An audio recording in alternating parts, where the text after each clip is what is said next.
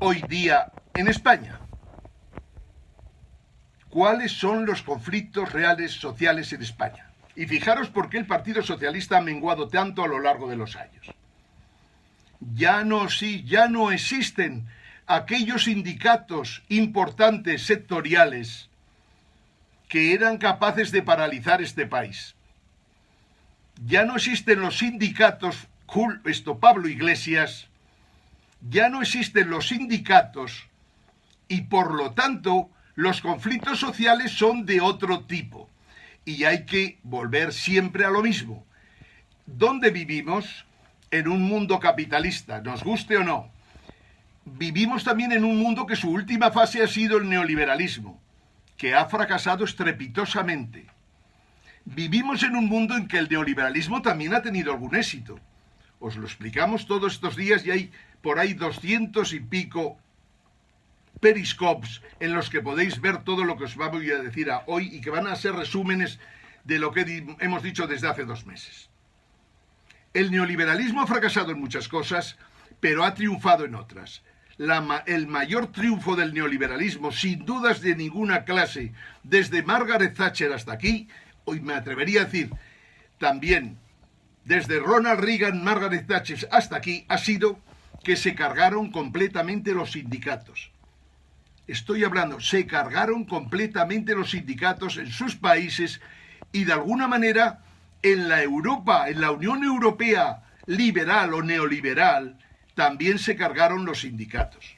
Es ridículo hoy escuchar a los sindicatos, entre otras cosas porque aún no se han dado cuenta y porque no son demasiado honestos en lo que comentan. ¿Por qué la gente no entra hoy día en los sindicatos? ¿Por qué los jóvenes? ¿Porque no hay jóvenes en los sindicatos? ¿Por qué los sindicatos en realidad se han dedicado a defender cosas de los que llevan muchos años militando en los sindicatos y dentro de 4 días no existirá nadie en los sindicatos? ¿Por qué han hecho eso? ¿Por qué han permitido lo que han permitido a lo largo del tiempo? ¿Por qué han consentido que la gente que tiene trabajos de 1 semana, de 1 mes, de 3 días, de los que queráis, sobre todo en los sectores de servicios, ¿por qué esa gente no se ha afiliado a los sindicatos? Porque no veían los sindicatos ninguna posibilidad de defensa de sus intereses. No veían los sindicatos a nadie que les pudiera ayudar a defender sus intereses. Los sindicatos se han ganado a pulso desaparecer. Y esto hay que apuntárselo al neoliberalismo ese que yo digo que ha fracasado, pero que ha tenido algunos éxitos concretos. Este es uno. No existen los sindicatos.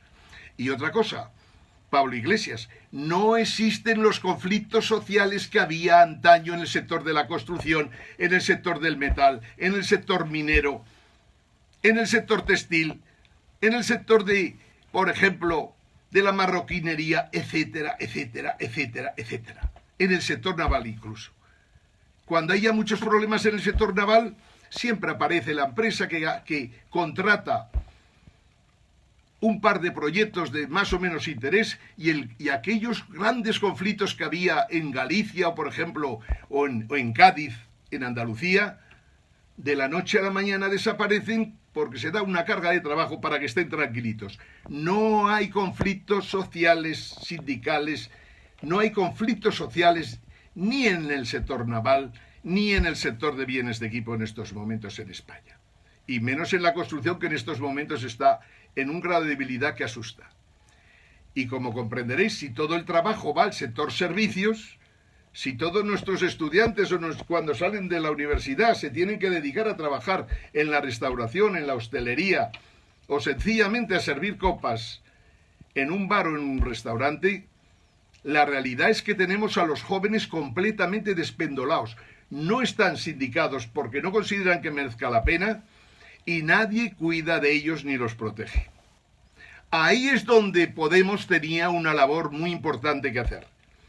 Ahí es donde Podemos puede representar a la gente que se siente maltratada, desigual, con un trabajo que no vale para cascarla y sin ningún futuro claro para el día de mañana.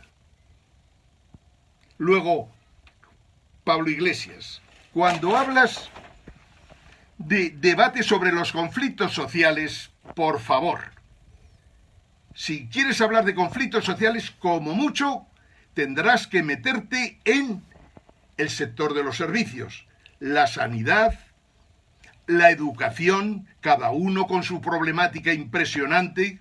Te tendrás que meter con aquellos que quieren que la universidad se la tenga que pagar cada uno en estos momentos. Te tendrás que meter, lógicamente, en ese tipo de sectores a los que el PP les ha dado caña sin piedad e incluso el PSOE colaboró seriamente al principio.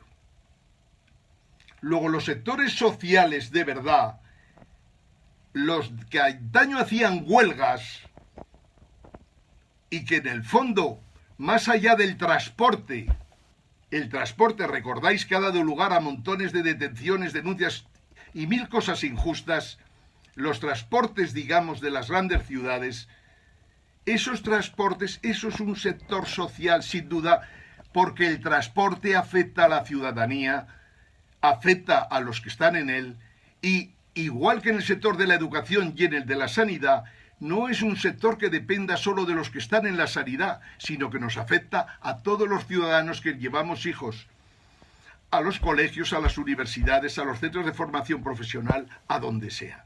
Y lo mismo con los hospitales.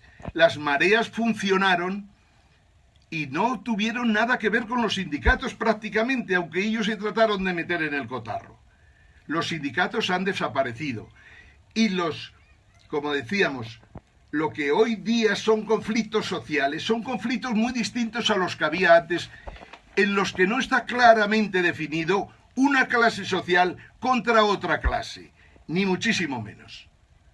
Ha cambiado eso a lo largo de los últimos 30 años y cuando debatís de esto, en el fondo quiere decir que os habéis quedado estancados en lo que aprendisteis en vuestros años de universidad, en vuestros años en Venezuela o donde queráis, os habéis quedado estancados en algo que en este momento en España no es comparable. España es distinta. España es un país en desarrollo con grandísimos problemas.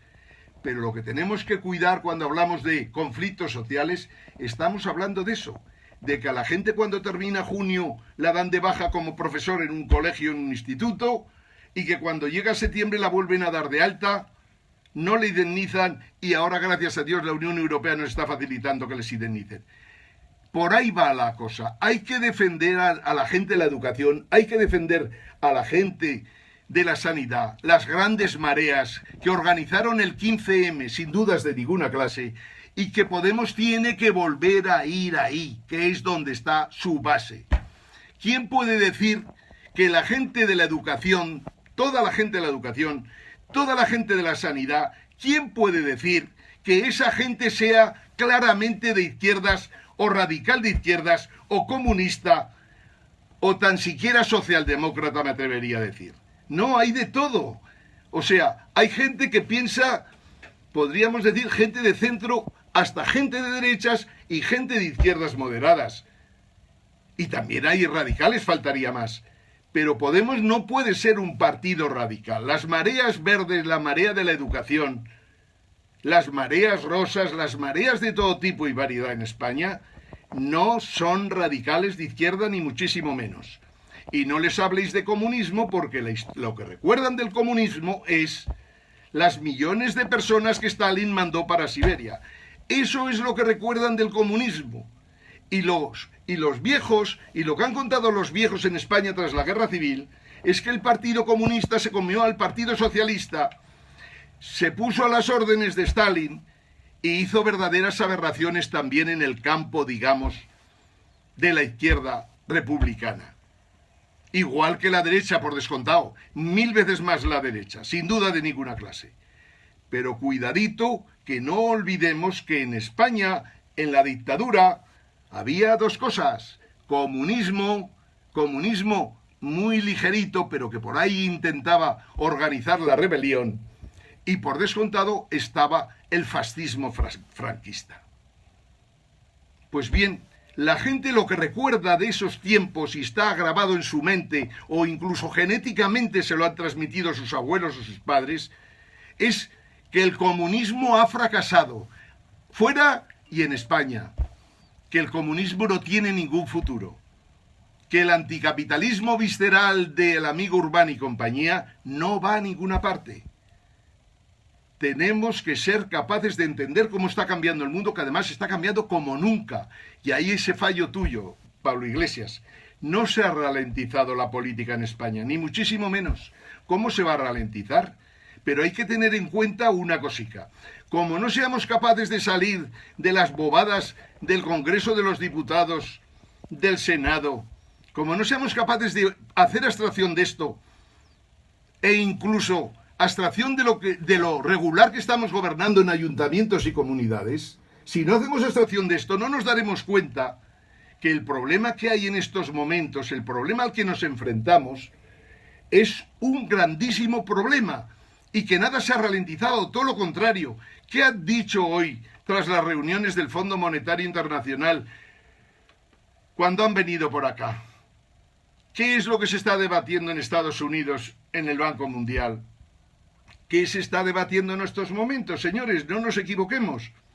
Están diciendo que después de haber cerrado todas las cajas españolas, prácticamente todas, las cerramos porque hubo gente que quiso cerrarlas. Nunca debimos dejarlas cerrar porque en el fondo se costaba poco dinero el sanear las cajas y sin embargo costaba muchísimo dinero sanear los bancos. Pero los bancos impusieron, siguiendo la onda europea, y las cajas desaparecieron y ahora resulta que tenemos media docena, 5 bancos, 6, pongamos 10 contando alguno pequeño, de verdad. Y ahora resulta que nos están diciendo los del Fondo Monetario Internacional que tenemos que hacer otra concentración bancaria. ¿Qué quiere decir eso? Que después de haber metido 500.000 millones de euros en España de una manera u otra para garantizar que los bancos puedan seguir funcionando aunque estén quebrados, ahora nos dicen, y no estamos de acuerdo, y ahí Pablo Iglesias, un planteamiento muy fuerte y muy serio, y Errejón también, porque si no entendemos esto, ¿a qué coño jugamos a la política? Si ahora quieren que los bancos se concentren otra vez, quiere decir que les parece, en España que prácticamente no quedan escasamente 10 bancos, quieren que se concentren. Pero ¿cómo se concentran? Si están todos quebrados. O sea, ¿vamos a concentrarlos en los más grandes? O sea, al Banco Santander le vamos a sumar ¿el cuál? ¿El Sabadell y el Popular? ¿A la Caixa le vamos a sumar definitivamente Bankia? ¿Qué es lo que quieren decir cuando dicen que vamos a concentrar los bancos? Si están quebrados hoy, todos ellos sueltos, y recordad lo que estoy diciendo, están quebrados los bancos, quebrados, y lo dice una persona que sabe los balances de los bancos españoles. Si los bancos los juntamos y están quebrados, lo que salga seguirá quebrado. Y seguiremos teniendo problemas, pero es que además nos dirán que con esta excusita tenemos que resolver 170.000 millones de euros de fallidos nuevos en hipotecas, sector inmobiliario, que no acaba de hacer daños. Tenemos que entender esto, está pasando cosas, no está nada ralentizado, todo lo contrario, y nos pueden dar tal estacazo si intentan que saneemos 170.000 millones de euros en estos momentos, que no tenemos ninguna posibilidad para hacer nada si lo consintiéramos. Y no hablo desde una perspectiva de izquierdas, ni de derechas, ni de centro. Estoy hablando desde una perspectiva racional. Y lo racional quiere decir que no debemos consentir que los bancos se vuelvan a fusionar. Es más, hay que cerrar los bancos que están quebrados definitivamente, sin piedad. Y si hay que cerrar el Santander, se cierra, sin problemas, Pablo Iglesias. Si el Santander está quebrado y no da juego, no es casualidad que el Santander haya caído prácticamente un 70% en los últimos años. No es casualidad, es que el Santander no vale lo que cotiza en bolsa. Una semana lo intentan subir, un 2, un 3, un 4, un 5%, igual que se está haciendo en Alemania, se intenta subir el Deutsche Bank, que está quebrado, súper quebrado, que nunca se podrá salvar. Y lo mismo hacemos en España.